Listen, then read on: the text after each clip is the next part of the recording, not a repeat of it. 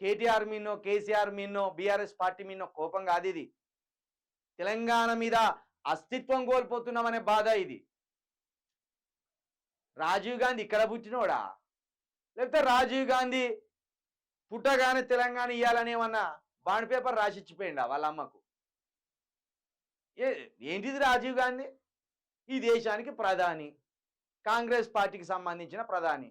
ఏమంటాడు ఈ రేవంత్ రెడ్డి గారు, చరిత్ర తెలియనోడు ఏమంటాడంటే, స్వతంత్ర సమరయోధుడు, ఈ దేశం కోసం మరణించాడు. దేశం కోసం మరణించలే, తమిళుల ఆగ్రహానికి బలైండు. తమిళ ప్రజలు శ్రీలంకలో వలసపోతే అక్కడ శ్రీలంకలో స్థిరపడ్డ తమిళుల మీద శ్రీలంకోళ్ళు నిత్యం దాడులు చేస్తా అంటే ఆ దాడులు చూసి తట్టుకోలేక ప్రభాకర్ అన్నటైనే ఒక ఎల్టీటీ సంస్థను ఏర్పాటు చేసి ఆ ఎల్టీటీ సంస్థ ద్వారా తమిళుల మీద ఎవరి మీద దాడి జరిగినా తిప్పికొట్టేటోడు దాన్ని. ఆ తమిళుల మీద ఎవరి మీద దాడి చేసినా దాడికి ప్రతి దాడి చేసేటోడు, చంపితే చంపేటోడు, కొడితే కొట్టేటోడు. ఆఖరికి ఎట్లా తయారైందంటే మొత్తం తమిళ రాజ్యాన్ని స్థాపించాలి శ్రీలంకలో అనే దాకా ఆయన వెళ్ళిపోయాడు. ప్రైవేటు సైన్యాన్ని ఏర్పరచుకొని 1,00,000 మంది ప్రైవేట్ సైన్యాన్ని ఏర్పరచుకొని శ్రీలంకను గలగలలాడించిండు. తమిళుల మీద ఒక్కరి మీద చేయబడ్డ నీ ప్రభుత్వాన్ని, నీ శ్రీలంకను మొత్తం ఆగం చేసి పడేస్తానన్నట్టు ఆ స్థాయికి వెళ్ళిపోయాడు. ఆ క్రమంలో ఆ శ్రీలంక ప్రభుత్వం ఇక్కడున్న ప్రధానమంత్రి గారికి, అయ్యా ఈ తమిళనాడు నుండి వచ్చిన ప్రభాకరను మమ్మల్ని ముప్పు తిప్పల పెడతాండు, ఆయన పట్టుకోవాలనుకుంటున్నాం, మేము ఆయనను చంపాలనుకుంటున్నాం, మీ సహాయ సహకారాలు కావాలంటే ఇక్కడ నుండి కొంత సైన్యాన్ని పంపిండట. పంపితే ఇక వాళ్ళ కోపం రాదా? ఇక్కడున్న తమిళనాడు వాళ్ళకి కోపం వచ్చింది, అక్కడున్న తమిళోళ్ళకి కోపం వచ్చింది. మేము భారతీయ వాసులము, బతుకు తెరువు కోసం వచ్చి ఇక్కడ స్థిరపడ్డాము, మా మీద దాడులు జరుగుతా అంటే ఖండించవలసింది పోయి వాళ్లకు మద్దతుగా మమ్మల్ని చంపమని పంపుతావా సైన్యాన్ని అని వాళ్ళు ఆకక్ష కట్టుకొని ఇదే రాజీవ్ గాంధీ గారికి స్కెచ్ చేసి ఆయనను హత్య చేసిండు. ఇది చరిత్ర.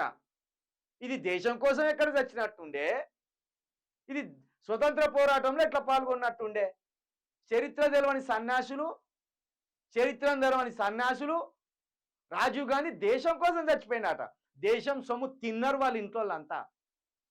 దేశ స్వతంత్ర పోరాటంలో నెహ్రూ కుటుంబం కానీ, గాంధీ కుటుంబం కానీ, ఇప్పుడు ఏదైతే బీజేపీలు ఉన్నారో వాళ్ళ కుటుంబాలు కానీ ₹1 పోగొట్టుకునలేదు, ఒక ప్రాణాన్ని పోగొట్టుకునలేదు. దేశం నుండి మొత్తం దోసుకున్నదే ఎక్కువ ఉన్నది వాళ్ళది. ఇంకా సన్నాసి మాటలు మాట్లాడతాను, సన్నాసి మాటలు.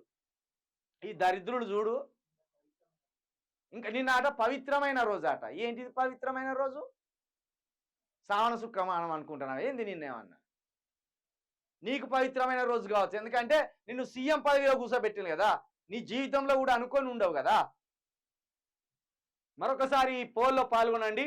తెలంగాణ సచివాలయం ముందు ఎవరి విగ్రహం పెట్టాలి అని ఒక పోల్ని మనం ఇక్కడ పెట్టినాం. ఇందులో తెలంగాణ తల్లి విగ్రహం పెట్టాలని నేను కూడా ఓటేసిన. ఇక్కడ ఇక రాజీవ్ గాంధీ చెంచాగాళ్ళు, రాజీవ్ గాంధీ అడుగులకు మడుగులు వచ్చేటోళ్ళు 5% మంది పెరిగిండ్రు. ఇక్కడ వాళ్ళకి ఎట్లా బుద్ధి చెప్పాలో అట్లా బుద్ధి చెప్తాం. ఇక దాన్ని కూడా మనం చూద్దాం. కానీ ఒకసారి అయితే మీరు ఈ పోల్లో మీ వంతు బాధ్యతగా మీ అభిప్రాయాన్ని తెలియజేయండి. తప్పకుండా మీ ఎక్స్ వేదికగా, మీ ఫేస్బుక్ వేదికగా, ఇంకా మీకు ఏ సోషల్ మీడియా వేదికలు అయితే మీరు ఉన్నారో ప్రతి ఒక్క వేదిక మీదగా తెలంగాణ తల్లి విగ్రహమే సచివాలయం ముందు ఉండాలనే ఒక నినాదాన్ని కూడా మీరు ఈ సోషల్ మీడియా వేదికగా సీఎం రేవంత్ రెడ్డి గారికి సురుకుపడేటట్టు చేయరు. లేకపోతే ఆయన ఇష్టాను రాజ్యంగా ప్రవర్తిస్తాడు.